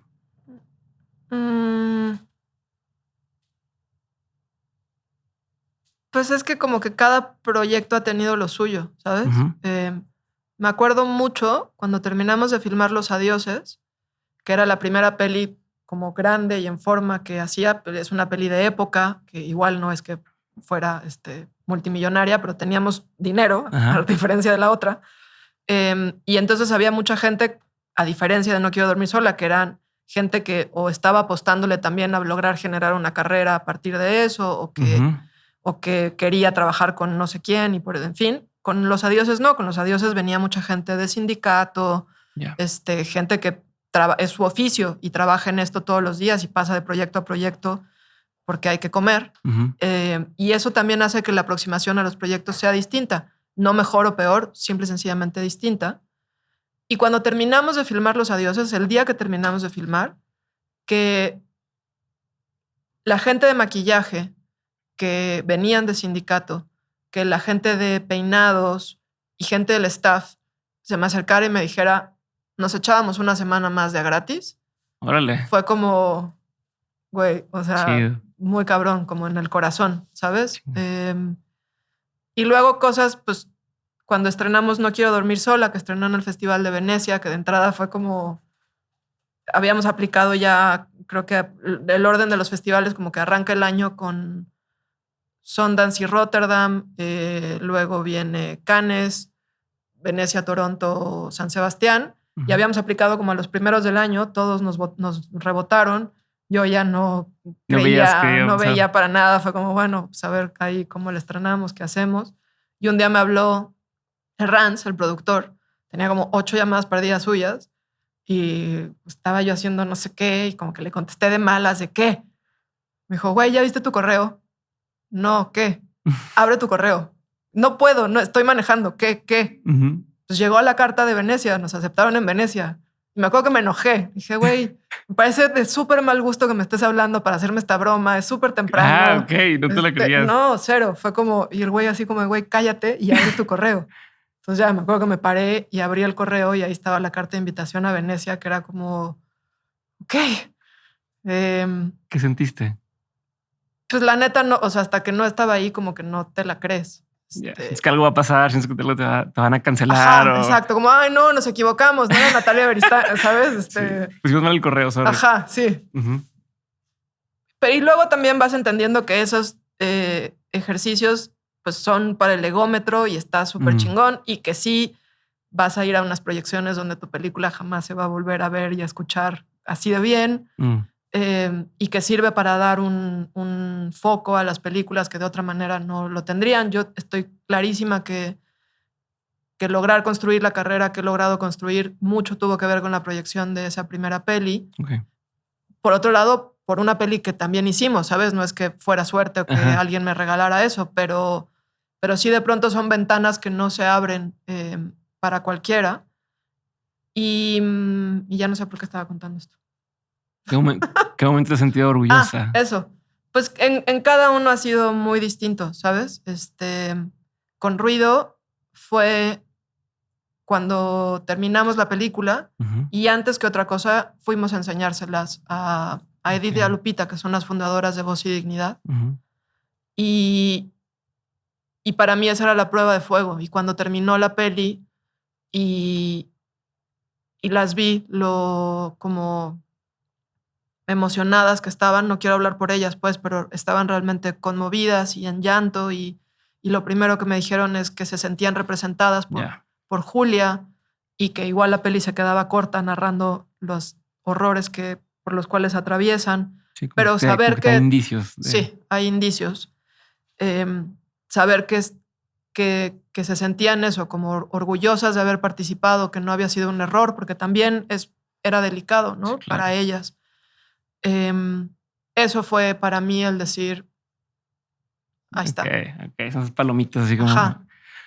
¿En qué momento de tu trayectoria te sentiste o te sumiste ya como, ok, sí soy buena para esto, ¿no? O sea, sí lo puedo poder hacer de aquí en adelante. Especialmente porque en tu historia, bueno, viene toda esta parte donde te dicen, pero seguro que soy directora y a lo mejor quieres para ser actriz, pero tal, te dijeron que era el primer en CCC, ¿no? Como tuviste varias de estas rechazos o estás segura, tal.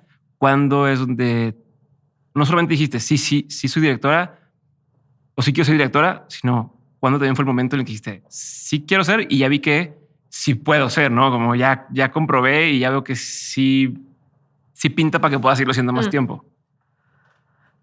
Sí quiero ser, creo que durante la escuela de cine. En la escuela de cine, en el CCC, pues, haces 3 ejercicios, filmas 3 ejercicios como directora. Bueno, 4 si cuentas el documental, pero te digo que yo fui un desastre. Y probablemente en el segundo corto, que se llamaba Peces Plátano, durante el rodaje de ese corto, aprendí un montón, me peleé con una buena parte de mi crew, aprendí que era algo que no quería volver a vivir, porque sí quería dirigir, porque me sentía animal de set y porque dirigir me da muchas cosas que de otra manera no he encontrado. Pero decir, soy directora, ok, ya no tengo dudas, la neta, con Ruido. Como ¿sí? Que apenas logré hacer a un lado el síndrome de la impostora. Sí. Muy cabrón. ¿Qué parte de Ruido te hizo sentir eso?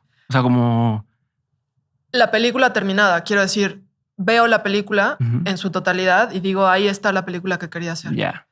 No la tuve que ir a buscar, no sentí que fue, pues con No quiero dormir sola me pasaba un poco como de, ok, pues a lo mejor fue medio por casualidad. Okay. ¿Sabes? Como que hay algo de...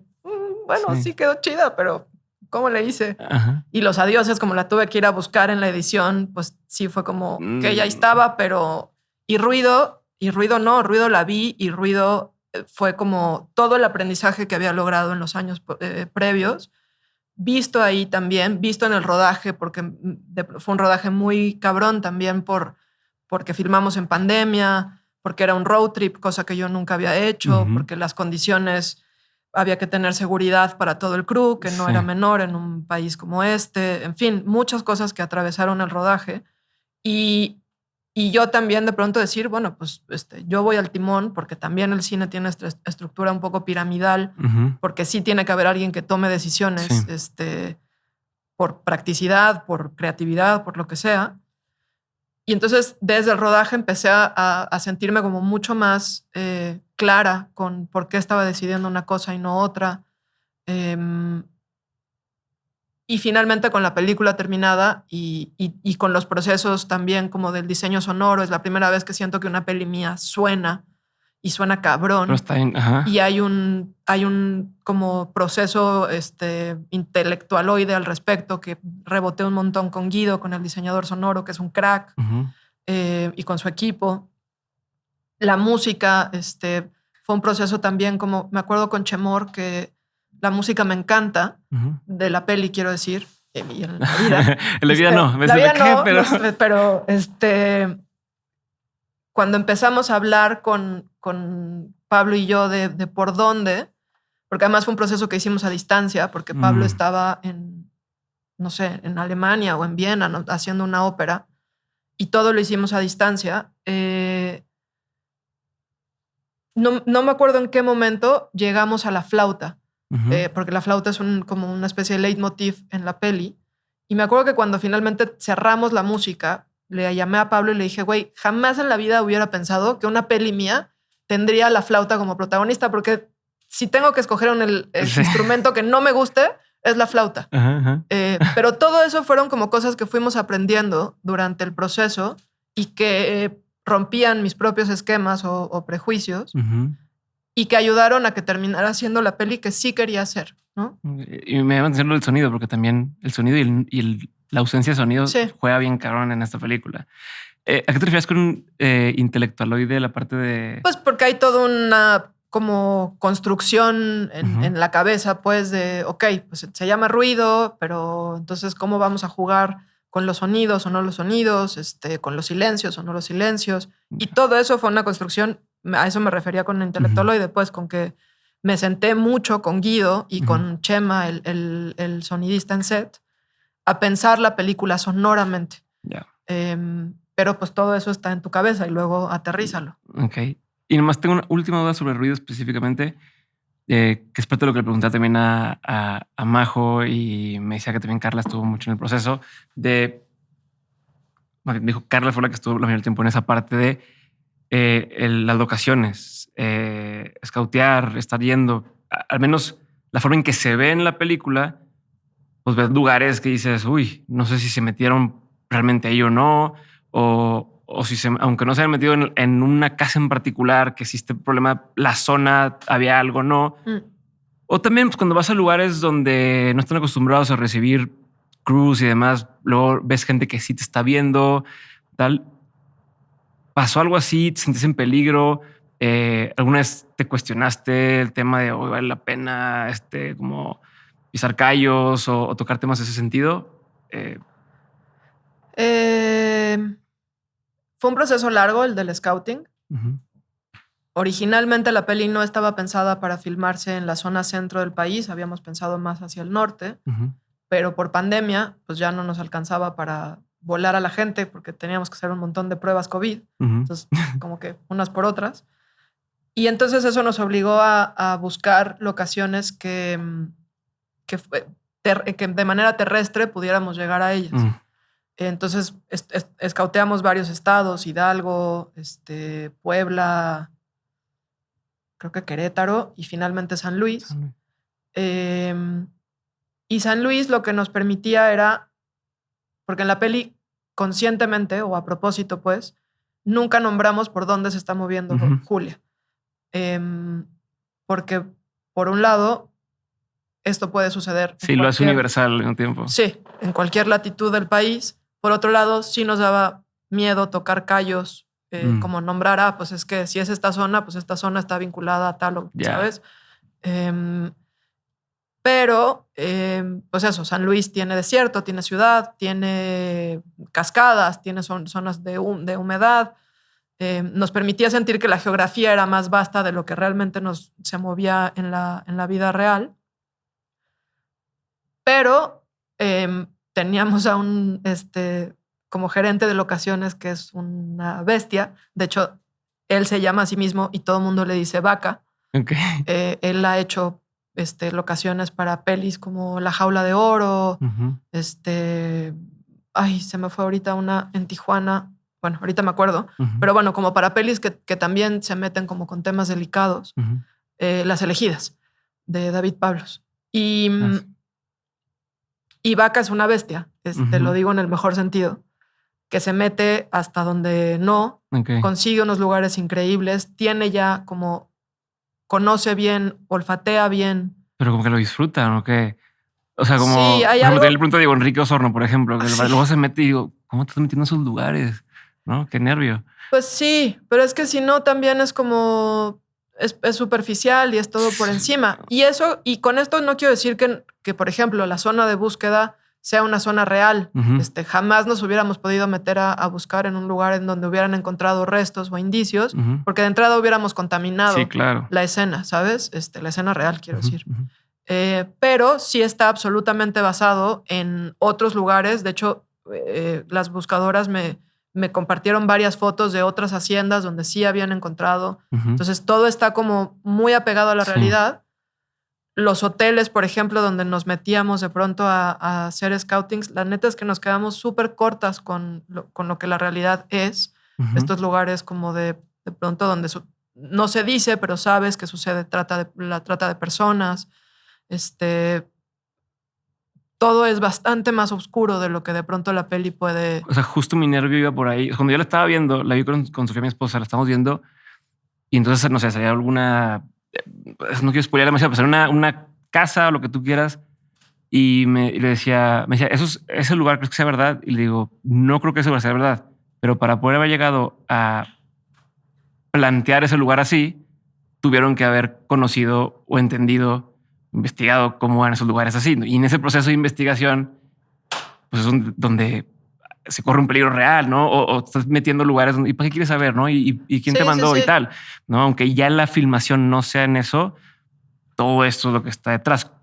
¿Cómo nada más, como para cerrar ese tema, cómo lo mantienes lo más seguro posible para todos? ¿Cómo se hace eso? Pues hay un lado que es un volado, la neta, en un país como este, sobre todo. Nos pasó en un lugar donde filmamos el albergue, lo que es el albergue de la película. Nosotros terminamos de filmar, nos regresamos a la ciudad en donde estábamos haciendo base, porque estaba como a 2 o 3 horas de donde solo fuimos a filmar esa secuencia o esas par de secuencias, y el equipo de arte se quedó levantando todo. Y a ellos los agarró una balacera cruzada entre pues, el crimen del lugar y militares. Esas son cosas que están un poco fuera de nuestro control y que sabíamos que estábamos como... Así estás con el nervio cuando estás ahí. Por supuesto. Estás como un ojo al gato y otro al garabato. Lo que pasa es que luego también sabes que es muy cabrón, que se nos olvida que así vivimos. Por supuesto que un circo gigante como una filmación pues atrae más ojos.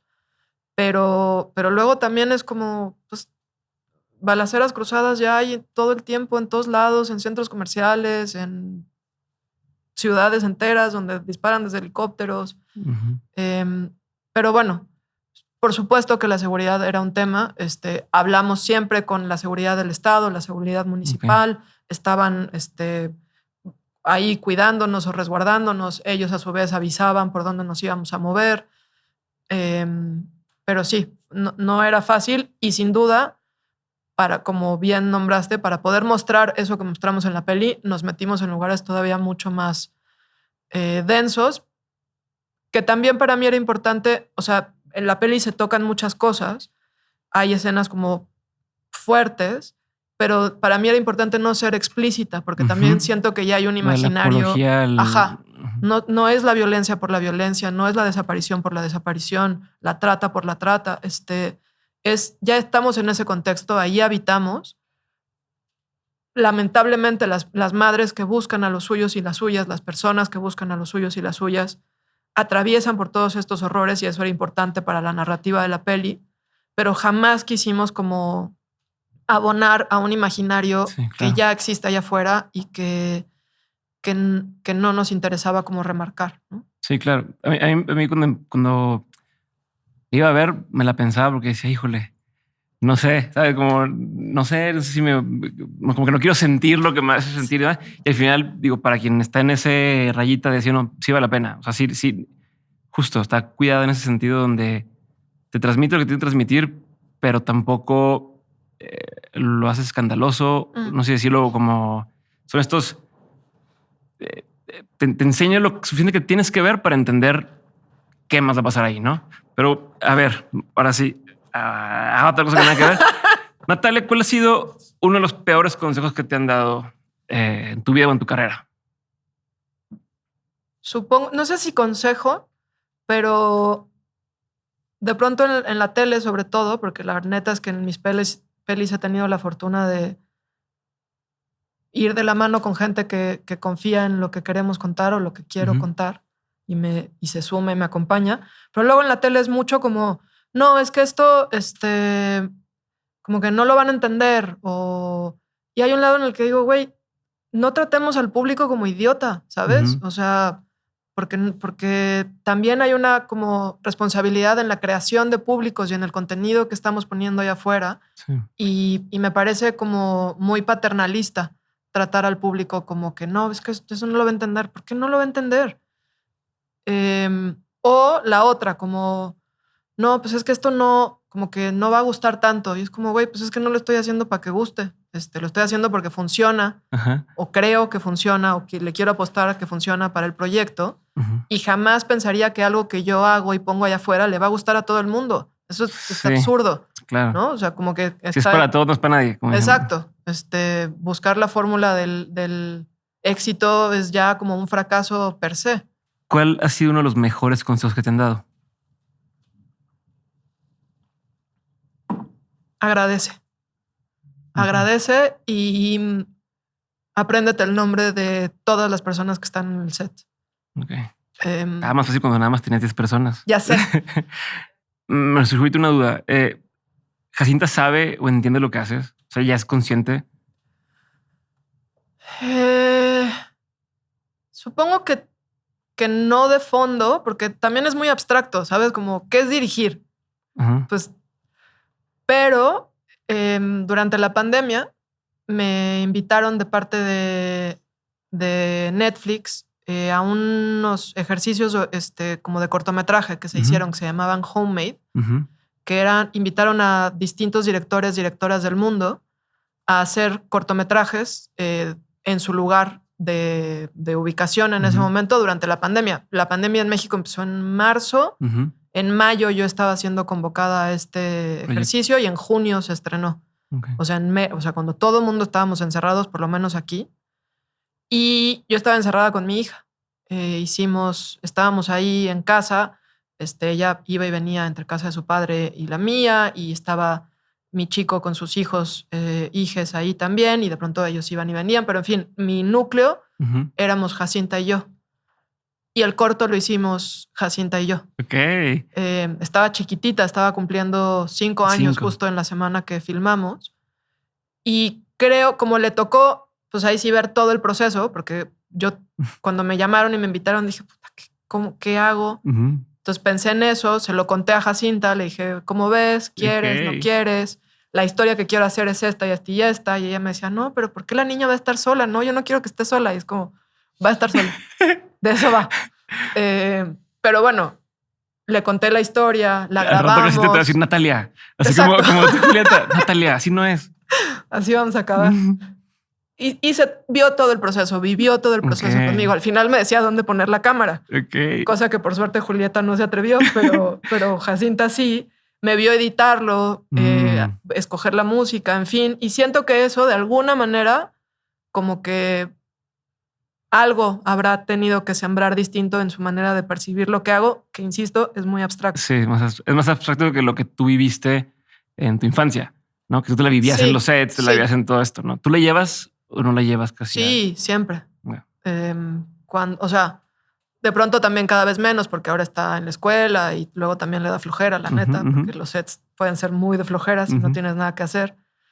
Pero sí, desde cuando nació, yo a los 5 meses estaba filmando un corto para La Habitación, que es una peli hecha de muchos cortos. Y ahí estaba conmigo, o sea, de hecho, luego entendí como lo incómodo que es. Yo todavía estaba lactando, estaba amamantando. Jacinta tenía 5 meses. Entonces, o me la llevaban al set, o luego era como, corta a comer. Y entonces a mí me ponían en un cuartucho, así como yo sacándome leche, mandando la leche con el chofer, que la primera vez que le mandé la leche me hizo como, ¡iu! Y ya después se lo tomó como una, ¿no? Como yo le dije, le está llevando la comida a mi hija. Sí, es oro, sí. Ajá. ¿Qué es algo que la gente no sabe de ti y que si supiera le sorprendería?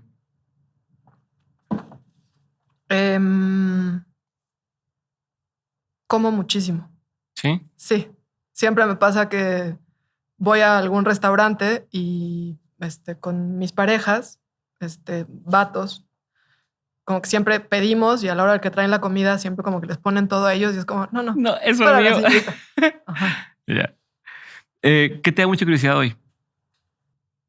Da como mucha curiosidad pensar o entender cómo funciona la cabeza de mi hija o de las infancias, ¿sabes? Cómo poder recuperar esa cosa increíble con la que, esa como asombro infinito con el que miran el mundo. Libro, película, documental, serie, cualquiera, no tienen que ser todos, pero que hayan marcado un antes y un después en tu forma de entender el mundo. Oye, es que muchos. Y además como que va mutando con uno, ¿no? Pero... O que sientes que hayan marcado así un parteaguas o un hito en tu vida. Sí, peli, seguro que Rosencrantz y Guildenstern están muertos, porque me acuerdo que la vi en una muestra en la Cineteca, tenía como 14 o 15 años y ahí dije, yo quiero hacer eso. Okay. Me acuerdo perfecto. El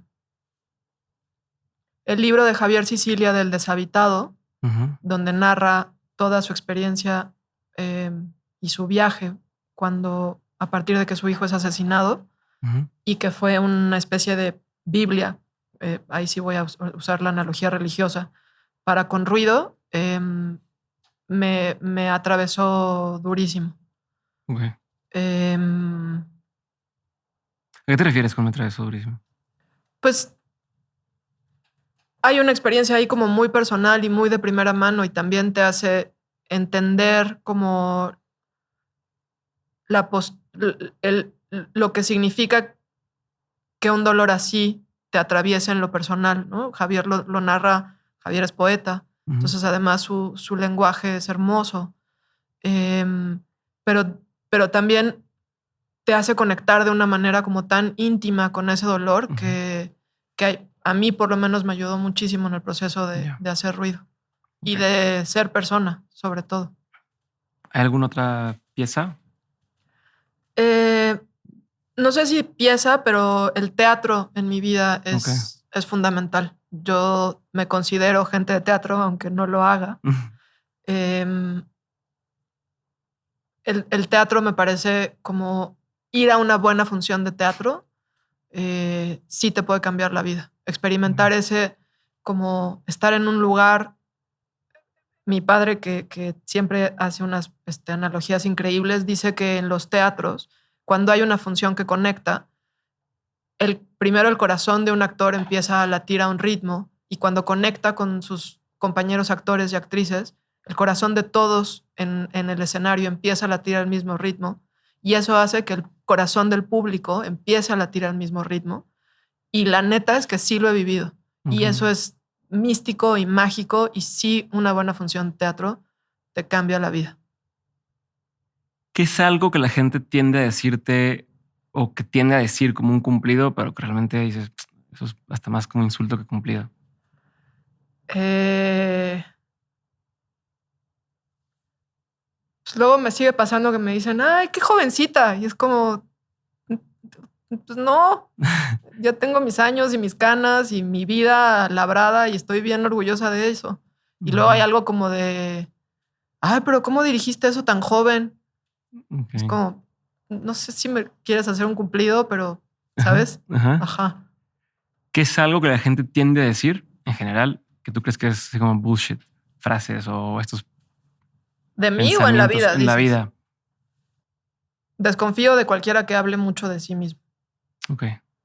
Estoy diciendo en una entrevista de 2 horas. No, pero aquí te estoy preguntando yo. No es lo mismo. A ver, 2 dudas más. Para quien esté intentando entrar al mundo del cine, ¿cuál sería? Digo, yo sé que no hay una fórmula para hacerlo, pero ¿cuál sería un primer paso que tú dices? Mira, si quieres meter al mundo del cine, con tu experiencia, yo te diría que empieces por aquí o que intentes esto o que te enfoques en A, B y C. Yo sí creo que la escuela ayuda un montón, pero que no es fundamental para hacer cine. Creo que si hay algo fundamental es que te guste mucho el cine, ver cine, un chingo, el que puedas, de todo. Más aún, me parece importante tener un punto de vista propio del mundo, sobre todo si quieres dirigir, pero también en cualquiera de las otras áreas, pues. Y también creo en que es un trabajo vivo, que se va perfeccionando, que se va puliendo, donde uno va creciendo, y que estar en set, eso es el aprendizaje más grande de todos, ¿no? Siempre tener la posibilidad, así te llamen, de jalacables, ahí vas a aprender un montón y poco a poco pues ir creciendo, ¿no? ¿Cuál es una de las lecciones más memorables que te han dejado tus padres?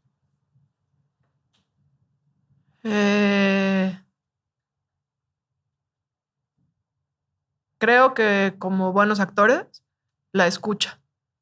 La actuación no parte del yo, sino del otro o la otra. Y para eso hay que estar presto a escuchar y a ver, a observar. Y eso también se traslada a compartir el mundo. ¿Qué es una de las cosas que más tengas presentes que te haya enseñado tu hija?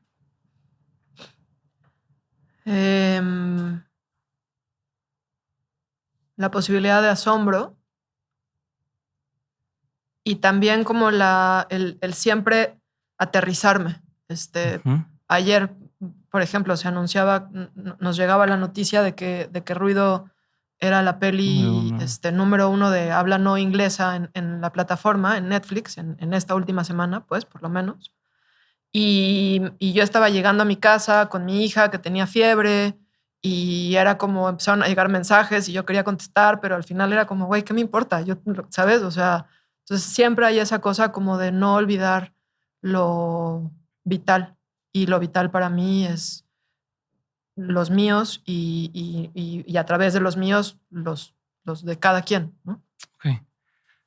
Tengo una última pregunta, pero con esto que me dices, me surge la duda de, a lo mejor, o sea, no sé si lo has pensado, ¿no? O sea, vale que me digas, no sé, pero esta conversación constante en el tema de los medios, de los negocios y demás, de, no sé, oye, ¿por qué el fútbol femenil a lo mejor no es tanto negocio? Porque es que no se llena, ¿no? O no lo ve tanta gente.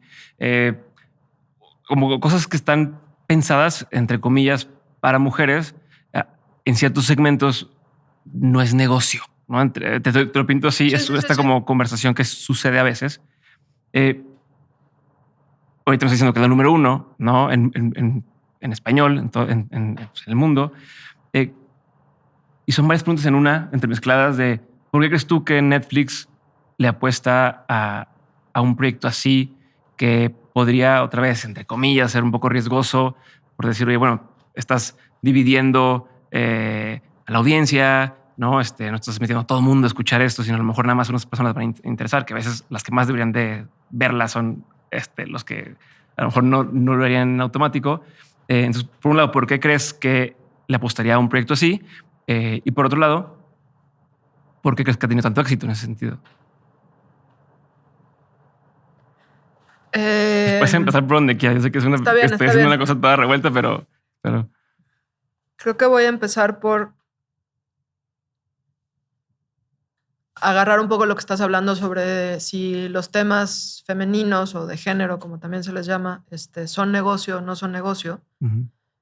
Y por supuesto que no, ahorita no son negocio. Uh-huh. ¿Por qué? Porque llevamos décadas, siglos, armando un sistema patriarcal. Uh-huh. Uh-huh. Con eso no me refiero a los hombres, sino uh-huh.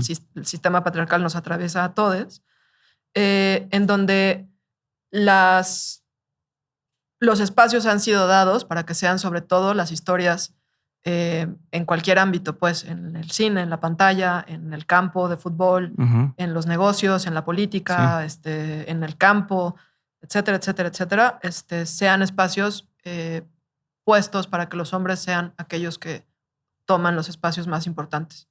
Entonces, por supuesto que no es negocio porque hay un sistema detrás que así sí. lo ha perpetuado, fomentado, y romper con eso no es fácil. Uh-huh. Por eso me llena de orgullo también, más allá de que sea ruido nuestra peli, de mía y de mi equipo, o del equipo que hizo la peli conmigo, me llena de orgullo saber que hay una peli dirigida por una mujer, protagonizada por una mujer, muchas mujeres, con un equipo también casi en su totalidad encabezado por mujeres en sus departamentos, que está logrando dar de qué hablar, que está expandiendo este oleaje sonoro. ¿Por qué? Sin duda que no tiene que ver con que solamente somos mujeres las que lo hicimos. Creo que hay algo en donde eso me da muchísima fe en la humanidad. El tema que estamos ahí contando está conectando con la gente. Me emociona muchísimo entender, o eso quiero entender, que solo hace falta de pronto sacudir un poco para uh-huh. que el velo de la normalización a la violencia con la que nos hemos acostumbrado a convivir se mueva, se haga a un lado, aunque sea brevemente, ¿sabes? Pero ahí hay oportunidades de que se siembren semillas. Sí. Sin duda creo que tiene que ver con el tema que estamos tocando. Esperaría también que con la manera en la que estamos decidiendo abordarlo. La verdad es que no tengo una respuesta. Ayer justo me habló un amigo para felicitarme y decirme, oye, ¿pero a qué crees? Un amigo productor. Le dije, güey, no tengo idea. Y también creo que no es algo que quiera entender del todo, porque entonces significaría que hay una fórmula, sí. ¿sabes? Y creo que no la hay. Y ya pierde un poquito el... Ajá. ¿Y por qué Netflix le entraría a un proyecto así? La neta creo que se los tienes que poner a ellos. Muy bien. Última pregunta. De todo lo que has vivido, tanto en lo personal como en lo laboral, Natalia, has tenido un montón de aprendizajes. Si tuvieras que quedarte con 3 aprendizajes que quisieras tener siempre presentes, que fueran en tu vida como esta brújula o te iban a marcar así el camino, ¿cuáles serían? Apostarle a... O sea, no dejar que nadie te diga que no. Uh-huh. Oye, te voy a... Sí, le puedo dar dinero a tu película, pero como que el final... es como... Pues no, es mi película. Yo la quiero contar así, me importa contarla de esta manera. Eso no significa que no escuche, uh-huh. Porque también, insisto, sí creo muchísimo en el trabajo en equipo, y una parte delicada de dirigir tiene que ver con poder recibir como distintos puntos de vista, críticas, en fin, y saber con qué te quedas y con qué no. Pero, sobre todo, no dejar que nadie como en una posición de poder arriba que la tuya te diga que no o cuestione lo que quieras hacer. Yo estoy absolutamente clara de que prefiero 1000 veces equivocarme yo a tomar lo que alguien más ve sobre lo que yo quiero contar. Sí, además alguien externo, ¿no? O sea, lo mismo que está claro. Dentro del equipo surge de, oye, llevamos trabajando esto tanto tiempo y creemos que es por aquí, sí. Nada más porque tengo poder yo, porque te estoy financiando, cámbiate. Exactamente. ¿Ok? Que el proceso es igual de importante que el resultado, uh-huh. que uno tendría que cuidar con el mismo cariño y con la misma entrega el proceso que el resultado. Uh-huh.